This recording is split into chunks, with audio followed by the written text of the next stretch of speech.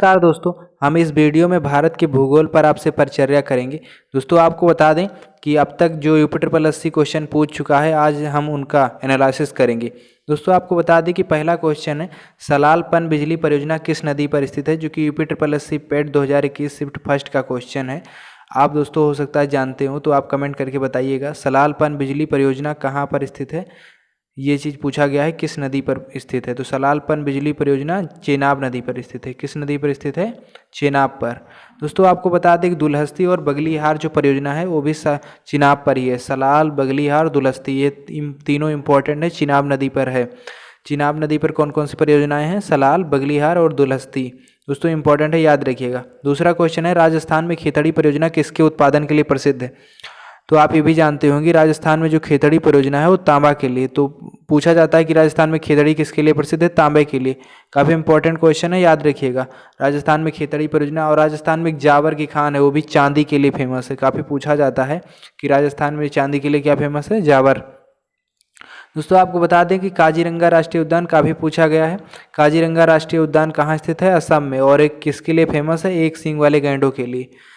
एक सींग वाले गैंडे कहाँ पाए जाते हैं? काजीरंगा राष्ट्रीय उद्यान में। काजीरंगा राष्ट्रीय उद्यान कहाँ है? असम में। दोस्तों आपको बता दें कि पूछा गया है कि निम्नलिखित में कौन सी कौन सी हिमालय नदी तंत्र की नदियां हैं? हिमालय नदी तंत्र की नदियां कहने का मतलब है वह नदी जो हिमालय से निकलती हैं। हिमालय से निकलने वाली कौन कौन सी नदियां? कावेरी तो निकलेगी नहीं, क्योंकि कावेरी दक्षिण भारत से निकलती है, जो कि पठार से निकलती है। गोदावरी भी प्रायद्वीपीय नदी है। तो कावेरी और गोदावरी ये भारतीय प्रायद्वीप की नदी है, जबकि गंगा और ब्रह्मपुत्र ये दोनों नदियां कौन सी हैं? हिमालयी तंत्र की नदियां हैं, गंगा और ब्रह्मपुत्र। तो ऑप्शन सेकंड और थर्ड सही हो जाएगा। दोस्तों इसका बी ऑप्शन सही होगा, सेकंड और थर्ड वाला। पूछा गया है पांचवा क्वेश्चन, नागार्जुन सागर बांध किस नदी पर बना हुआ है? तो नागार्जुन सागर बांध किस नदी पर बना हुआ है? कृष्णा। आप तो ये जानते ही होंगे, नागार्जुन सागर बांध किस नदी पर बना हुआ है? कृष्णा। दोस्तों आपको बता दें कि माउंट एवरेस्ट पर प्रथम बार चढ़ाई किसने करी थी? 1953 में हुई थी। 1953 में तेंजिंग नार्वे ने करी थी। माउंट एवरेस्ट पर प्रथम बार चढ़ाई किसने करी? 1953 में। कब हुई पूछा गया है? तो 1953 में हुई थी। दोस्तों आपको बता दें कि पूछा गया कि भरतपुर में स्थित पक्षी अभ्यारण्य राष्ट्रीय उद्यान का क्या नाम है? तो केवलादेव घाना राष्ट्रीय उद्यान। केवलादेव घाना राष्ट्रीय उद्यान भरतपुर में स्थित पक्षी अभ्यारण्य या राष्ट्रीय उद्यान का नाम है। क्या नाम है? केवलादेव राष्ट्रीय उद्यान का नाम है केवलादेव घाना राष्ट्रीय उद्यान। ये भरतपुर में जो स्थित है उसी का नाम है। दोस्तों इंपॉर्टेंट है, याद रखिएगा। भिलाई लौह इस्पात संयंत्र के अयस्क का स्रोत है? तो दल्ली राजहरा जो है ये भिलाई लौह इस्पात संयंत्र का अयस्क का स्रोत है। भिलाई लौह इस्पात संयंत्र के लौह अयस्क का स्रोत क्या है? दल्ली राजहरा। काफ़ी इंपॉर्टेंट क्वेश्चन है, याद रखिएगा। दल्ली राजहरा। दोस्तों आपको बता दें कि अगला क्वेश्चन पूछा गया है कि दिए गए दर्रों और उनके स्थानों का कौन सा जोड़ सही नहीं है? तो जोजिल्ला और बुरजिल्ला दर्रा ये जम्मू कश्मीर से निकलता है, तो सही है। बट बड़ा लाचला और सिपकिल्ला कहाँ है? हिमाचल प्रदेश में। सिपकिल्ला दर्रे से ही सतलज नदी भारत में प्रवेश करती, काफ़ी पूछा जाता है। और थांगला, नीति पास, लिपुलेख, जो नीति भूति दर्रा है सब उत्तराखंड के हैं दोस्तों। लिपुलेख दर्रा वगैरह हिमाचल प्रदेश के नहीं, तो ये भी गलत है। नाथुला और जयलिपला सिक्किम के दर्रे हैं, सही है। तो कहने का मतलब पूछा गया है क्वेश्चन कि कौन कौन सा गलत है, तो कौन कौन सा गलत हो जाएगा? पहला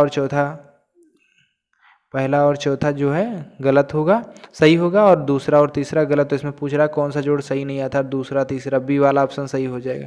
कौन सा ऑप्शन? B option. दोस्तों अब आपको बता दें कि भारत में कुल सिंचाई का 45% और घरेलू पानी का 80% किस में जाता है? भूजल रिजर्व से आता है। भूजल रिजर्व कहने का मतलब है जो जमीन के नीचे संचित जल है। तो भारत में कुल सिंचाई का 45% और घरेलू पानी का 80% भूजल रिजर्व से आता है। निम्न में से कौन सा विकल्प पश्चिमी घाट का सर्वोच्च शिखर है? तो काफ़ी पूछा गया दोस्तों, पश्चिमी घाट, पूर्वी घाट। पश्चिमी घाट, पूर्वी घाट जब पूछा जाएगा तो आपको ये ध्यान रखना है, जो भारत का दक्षिणी पूरा एरिया है, तो इधर पूरा एरिया पश्चिमी घाट हो गया, ये इधर पूर्वी घाट। पश्चिमी घाट में केरल, तमिलनाडु का थोड़ा हिस्सा, महाराष्ट्र, गोवा वगैरह के आते हैं। तो पश्चिमी घाट को एक पूछा जाता है, पश्चिमी घाट का दूसरा नाम क्या है? तो सह्याद्री। पश्चिमी घाट को क्या कहा जाता है? सह्याद्री। इंपॉर्टेंट है, पूछा जाएगा। तो पूछा गया है कि पश्चिमी घाट का सर्वोच्च शिखर कौन सा है? अनाईमुड़ी आप याद रखिएगा। दोस्तों आपको बता दें कि निम्नलिखित में कौन सा विकल्प लघुत्तर हिमालय पर्वत की सबसे लंबी जो है पर्वतमाला है? तो ये पूछा गया 12वां नंबर क्वेश्चन है। तो ये पीर पंजाल क्या है? लघुत्तर हिमालय में पर्वत की सबसे लंबी पर्वतमाला है। पीर पंजाल पर्वतमाला लघुत्तर हिमालय की सबसे लंबी पर्वतमाला है। यूरेशियाई प्लेट एवं भारतीय प्लेट के टकराव पर सिकुड़न के परिणाम स्वरूप निर्मित लंबवत घाटियों को डेंस कहा जाता है। क्या कहा जाता है? डेंस। भारतीय प्रायद्वीप, जो प्रायद्वीप पहाड़ी मैदान या पठार की एक अनोखी विशेषता काली मिट्टी का क्षेत्र है, जिसे दक्कन ट्रेप कहते हैं। दोस्तों आपने पढ़ा होगा दक्कन का पठार। तो जो पठार है उसकी अनोखी विशेषता काली मिट्टी का क्षेत्र है, जिसे दक्कन ट्रेप कहा जाता है। दोस्तों आपको बता दें कि भारतीय प्रायद्वीप की सबसे ऊंची चोटी है तो अनाईमुड़ी। अनाईमुड़ी क्या है? भारतीय प्रायद्वीप की सबसे ऊंची चोटी है।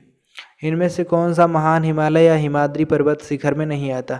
इनमें से कौन सा महान हिमालय? तो माउंट नागा टिम्बा नहीं आता, जबकि कंचनजंगा, माउंट मकालू व माउंट नंदा देवी आता है हिमालय या हिमाद्री पर्वत शिखर में। दोस्तों अगला क्वेश्चन पूछा गया कि इनमें से कौन सा हिमालय या हिमाचल के महत्वपूर्ण पहाड़ी रिसोर्ट्स में से एक नहीं है? तो कौन सा नहीं है? बाणासुर, रानीखेत, चैल और नैनीताल है, बट बाणासुर नहीं है हिमाचल के महत्वपूर्ण पहाड़ी रिसोर्ट्स में से। वो कौन सा सर्वोच्च पर्वत शिखर है जो पूरी तरह से भारत में है? तो भारत के सर्वोच्च शिखर जो है वो नंदा देवी है, जो कि पूरी तरह से भारत में है। केटू और कंचनजंगा के थोड़े थोड़े से भारत में नहीं पड़ते, इस वजह से इसको पूर्णतः नहीं माना जाता। जो नंदा देवी है वो पूरी तरह से भारत में है। दोस्तों आपको बता दें कि काराकोरम पर्वत श्रेणी में सबसे ऊंची चोटी कौन सी है, पूछा गया है। काराकोरम श्रेणी में सबसे ऊंची पर्वत चोटी है माउंट केटू। काराकोरम एक रेंज है K1, K2, K3, K4, तो उसमें सबसे ऊंची K2, इसीलिए वजह से माउंट केटू कहा गया, उस जिसका नाम गाडविन आस्टिन भी है। पश्चिमी घाट का सर्वोच्च शिखर क्या है? अनाईमुड़ी, भी आपने पढ़ा है। दोस्तों आपको बता दें कि जो पूछा गया है कि पोनमुड़ी दक्षिण भारत का एक छोटा हिल स्टेशन है, किस शहर के पास स्थित है? तो पोनमुड़ी जो कि दक्षिण भारत का एक हिल स्टेशन है, ये किसके पास स्थित है? तिरुवनंतपुरम के पास स्थित है। निम्नलिखित में कौन सी घाटी हिमालय पर्वत श्रृंखला में स्थित नहीं है? तो ये भी पूछा गया, काफ़ी इंपॉर्टेंट क्वेश्चन है। तो करेवास, काठमांडू, भागीरथी घाटी हिमालय पर्वत श्रृंखला में है, बट जो अराकू घाटी है वो हिमालय पर्वत श्रृंखला में नहीं है। अगला क्वेश्चन है मेघालय। मेघालय पठार की सबसे ऊंची चोटी है, तो मेघालय पठार की सबसे ऊंची चोटी क्या है? शिलांग चोटी। और भौगोलिक इतिहास के अनुसार भारत का प्राचीनतम पर्वत है, तो भारत का प्राचीनतम पर्वत अरावली है। काफ़ी इंपॉर्टेंट पूछा जाता है, सबसे प्राचीनतम पर्वत का उदाहरण अरावली। केरल में स्थित सर्वोच्च चोटी का नाम क्या है? तो केरल में स्थित सर्वोच्च चोटी का नाम क्या है? अनाईमुड़ी, जो कि पश्चिम घाट पर पड़ती है। निम्न में किस पर्वत चोटी की सबसे ऊंचाई कम है? तो आपको याद रखना है कि मुकुट पर्वत जो है, इसमें कंचनजंगा, कामेट और नंदा देवी, और मुकुट पर्वत में भारतीय पर्वतीय चोटी की सबसे ऊंचाई जो कम है वो मुकुट पर्वत है। कंचनजंगा विश्व में तीसरा सबसे बड़ा पर्वत जो कि स्थित है 27 है, भारत और नेपाल के बीच में। किसके बीच में स्थित है? भारत और नेपाल के बीच में। कंचनजंगा विश्व में तीसरा सबसे बड़ा पर्वत जो कि भारत और नेपाल सीमा के बीच में स्थित है। दोस्तों आपको बता दें कि निम्नलिखित में से किस पर्वतीय स्थान की ऊंचाई समुद्र तट से सबसे अधिक है? तो पूछा गया ये ऊटी स्थान ऐसा है जो पर्वतीय स्थान की ऊंचाई समुद्री तट से सबसे अधिक है। दार्जिलिंग, शिमला, डलहौजी और ऊटी को यदि देखा जाए तो ऊटी सबसे ऊंचा है पर्वतीय स्थान की समुद्र तट से। उत्तरी अंडमान का उच्चतम बिंदु 732 मीटर पर स्थित सैडल पीक। आप ऐसे भी जानते होंगे कि अंडमान की सबसे ऊंची चोटी सैडल पीक है। दुनिया के सबसे बड़े क्षार रेगिस्तान में एक भारत में कहाँ स्थित है? तो कच्छ, ये थार नहीं का क्षार है, ध्यान रखना है, कच्छ गुजरात। वनखंड एक प्रमुख पर्यावरण संसाधन है। भारत का कितना भूक्षेत्र वन क्षेत्र के अंतर्गत आता है? तो इसको तो आपको पता होगा। इसमें 25% अभी तक भारत के वन क्षेत्र में आता है, लेकिन भारत को वन क्षेत्र बनाना कितना है? 33%। इसका उद्देश्य है कि 33% कर लिया जाए वन एरिया। बिनसर का जंगल भारत के किस केंद्र शासित प्रदेश में है? बिनसर का जंगल किस में है? हिमाचल प्रदेश में। काफ़ी इंपॉर्टेंट है। बिनसर का जंगल भारत के किस प्रदेश या केंद्र शासित प्रदेश में अवस्थित है? हिमाचल प्रदेश। वन विभाग के सर्वेक्षण के मुताबिक भारत का वास्तविक वन कवर भौगोलिक क्षेत्र कितना है? तो वन कवर भौगोलिक क्षेत्र कितना है? 21.5%। वन विभाग के सर्वेक्षण के मुताबिक भारत का वास्तविक वन कवर भौगोलिक क्षेत्र है 21.54%।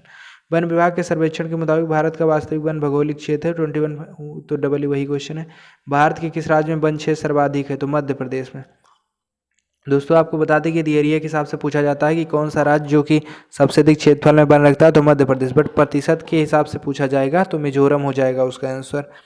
इनमें से भारत में किस प्रकार के वन का सबसे बड़ा क्षेत्र है? तो उष्णकटिबंधीय नम पर्णपाती वन जो हैं भारत में सबसे ज़्यादा पाए जाते हैं।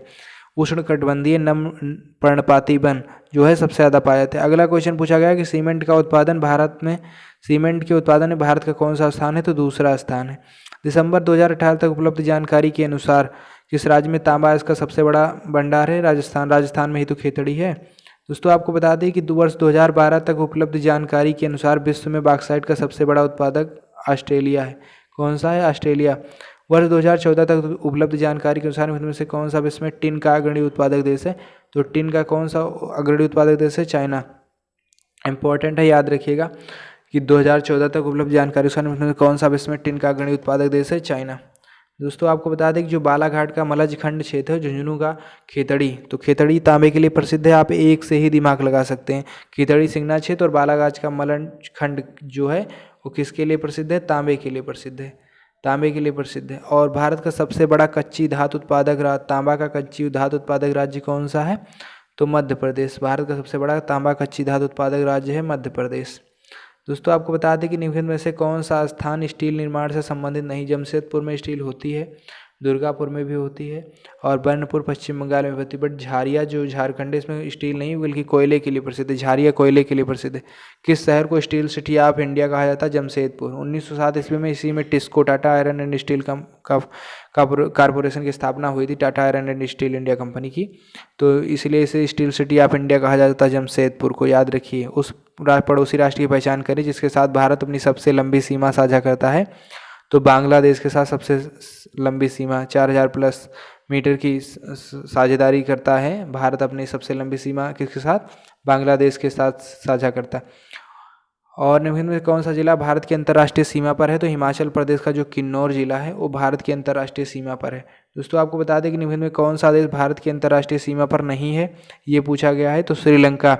चूँकि दोस्तों आपको बता दें कि जो श्रीलंका है वो अपना पड़ोसी देश नहीं है, क्योंकि ये डायरेक्ट भारत की मुख्य भूमि तट से सीमा नहीं लगाता। ये भारत के समुद्री एरिया के बाद सीमा लगाता है अपने भारत से, क्योंकि पहले इसका डायरेक्ट श्रीलंका भारत से नहीं जुड़ा है। समुद्र के बाद में श्रीलंका है, भारत के बाद समुद्र तब श्रीलंका है। इस वजह से इसको अंतर्राष्ट्रीय सीमा नहीं मानी जाती। कौन सा देश भारत की अंतर्राष्ट्रीय सीमा पर नहीं? श्रीलंका। भारत की सीमाएँ कितनी देशों से लगती हैं? तो भारत की सीमाएँ कितने देशों से लगती हैं? 7 देशों से लगती हैं। इंपॉर्टेंट क्वेश्चन है। त्रिपुरा अपने उत्तर, दक्षिण और पश्चिम में किससे घिरा है? बांग्लादेश। बांग्लादेश से घिरा होने की वजह से ही त्रिपुरा इसका नाम है। 3 तरफ से घिरा हुआ है। भारत में ग्रीष्मकालीन मानसून के प्रवाह की सामान्य दिशा किधर से किधर की ओर होती है? भारत में ग्रीष्मकाल के मानसून के प्रवाह की सामान्य दिशा दक्षिण पश्चिम से उत्तर पूर्व की ओर होती, ध्यान रखना। दोस्तों आपको बता दें कि ऐसे है अपना भारत, तो नीचे से इधर से अरब सागर की खाड़ी से उठता है मानसून, अरब सागर से दक्षिणी पश्चिम, चूँकि ये इधर पश्चिम और नीचे दक्षिण, तो दक्षिणी पश्चिमी मानसून कहा जाता है। या उत्तर पूर्वी की ओर जाता है, तो दक्षिण पश्चिम से उत्तर पूर्वी ओर ऐसे बंगाल खाड़ी की ओर चला जाता है।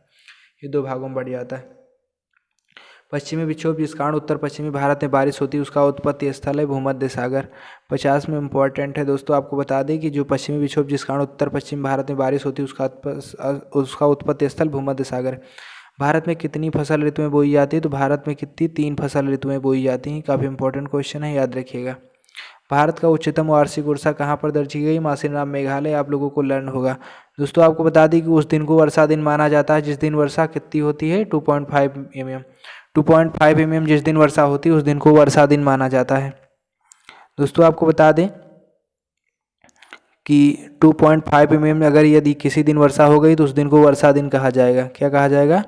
वर्षा दिन। काफ़ी इंपॉर्टेंट है, क्वेश्चन पूछा जा सकता है, तो थोड़ा इसको लर्न रखिएगा।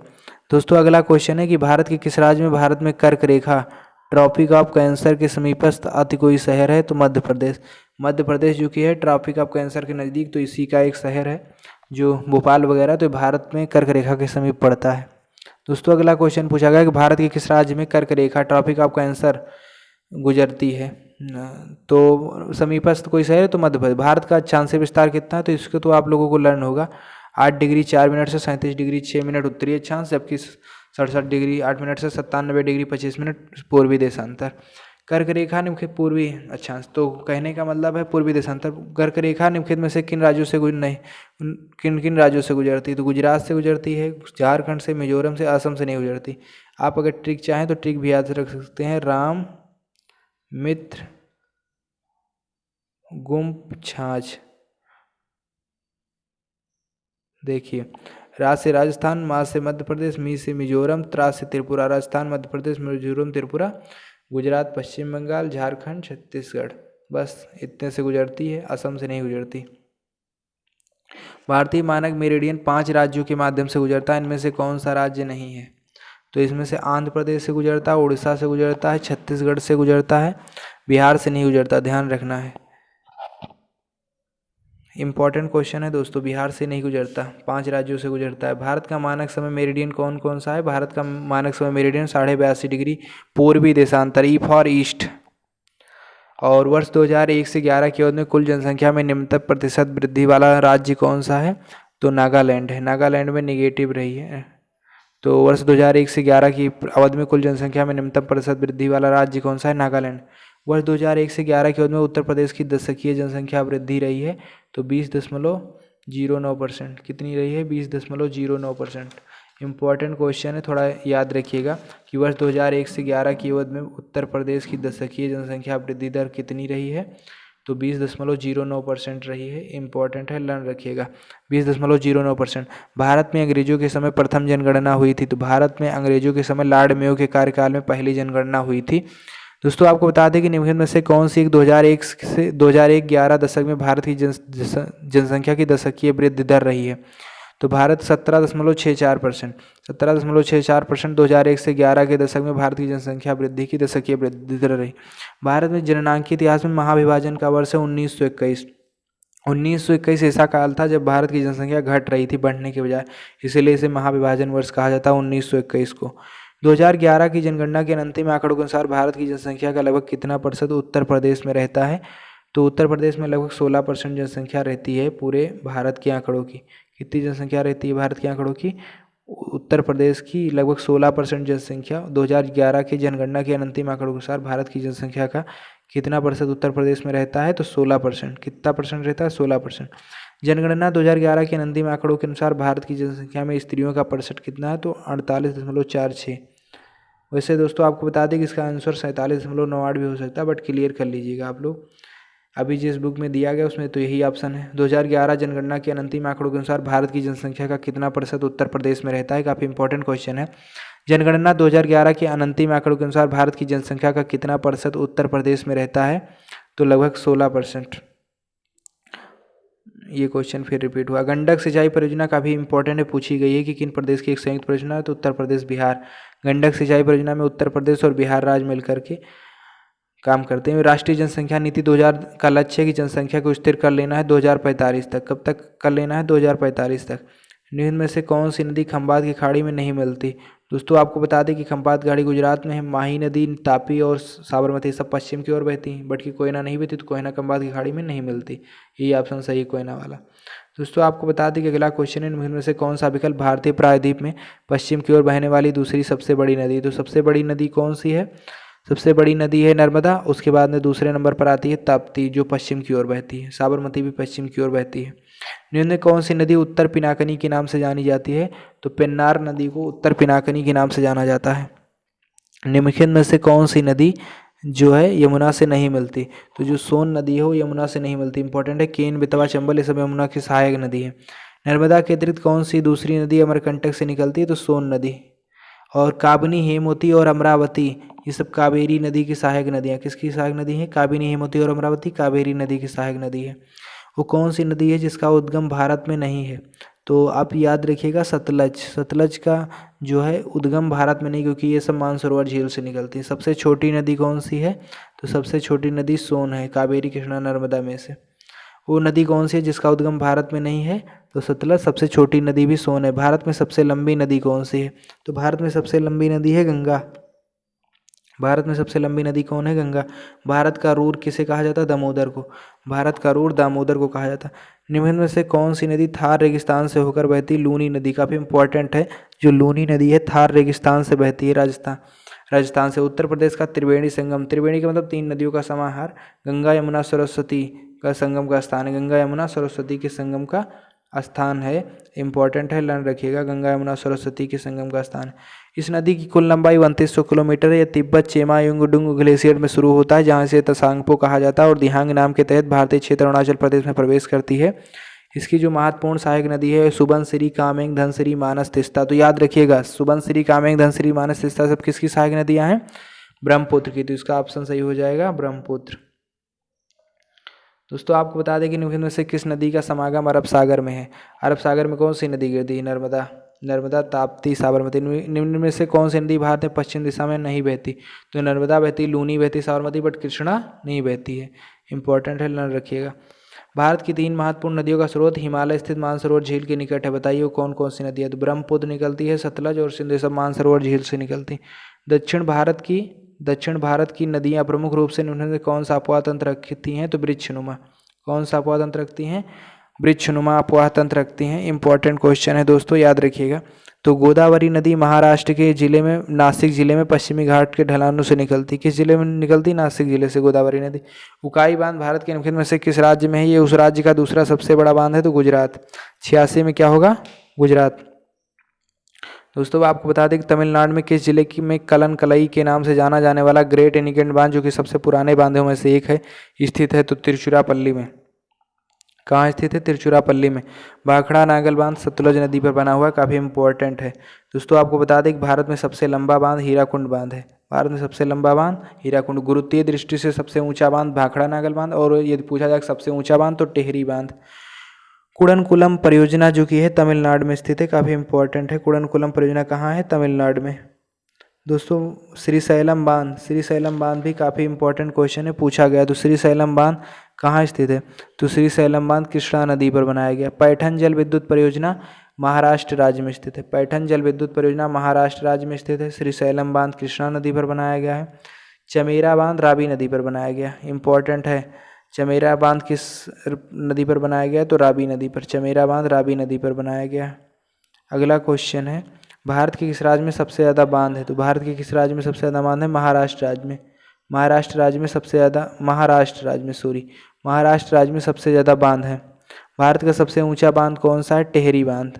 और यदि गुरुत्वीय दृष्टि से पूछा जाए तो सरदार सरोवर। सबसे लंबा हीराकुंड बांध।